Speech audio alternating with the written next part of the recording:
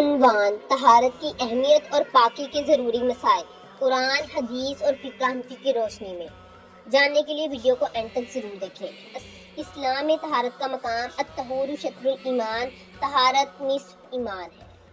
اللہ تعالیٰ قرآن پاک میں فرماتے ہیں: اللہ یحب التوابین ویحب المتطہرین، بے شک اللہ بہت توبہ کرنے والوں اور پاک رہنے والوں سے محبت کرتا ہے۔ سورۃ البقرہ میں ہے۔ وضو کی فضیلت: وضو سے گناہ جھڑ جاتے ہیں۔ وضو کے ساتھ رہنے کی عادت اپنانی چاہیے۔ نماز سے پہلے پاکی کی اہمیت یہ ہے کہ بغیر طہارت کے نماز قبول نہیں ہوتی۔ صحیح مسلم کی حدیث ہے۔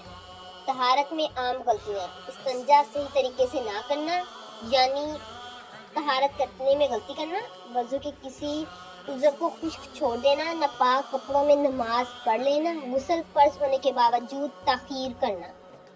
یہ غلطیاں جو ہر کوئی آج کل کر رہا ہے۔ فقہ حنفی کے مطابق ضروری مسائل: کن چیزوں سے وضو ٹوٹ جاتا ہے، کن چیزوں سے غسل فرض ہوتا ہے، نجاست کی صفائی کا صحیح طریقہ۔ ان ٹاپکس کی وضاحت ہم انشاءاللہ تعالی اگلی ویڈیوز میں کریں گے۔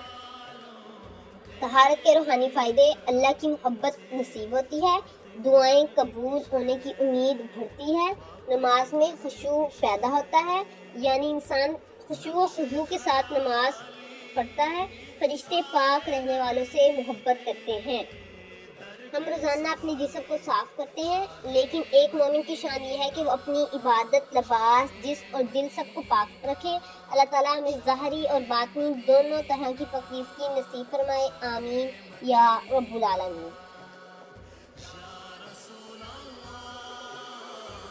اگر یہ ویڈیو پسند آئے تو لائک کریں، شیئر کریں۔ مزید ایسی معلومات کے لیے چینل کو سبسکرائب کرنا نہ بھولیں۔ ہم انشاءاللہ تعالیٰ ان کی وضاحت پر اگلی ویڈیو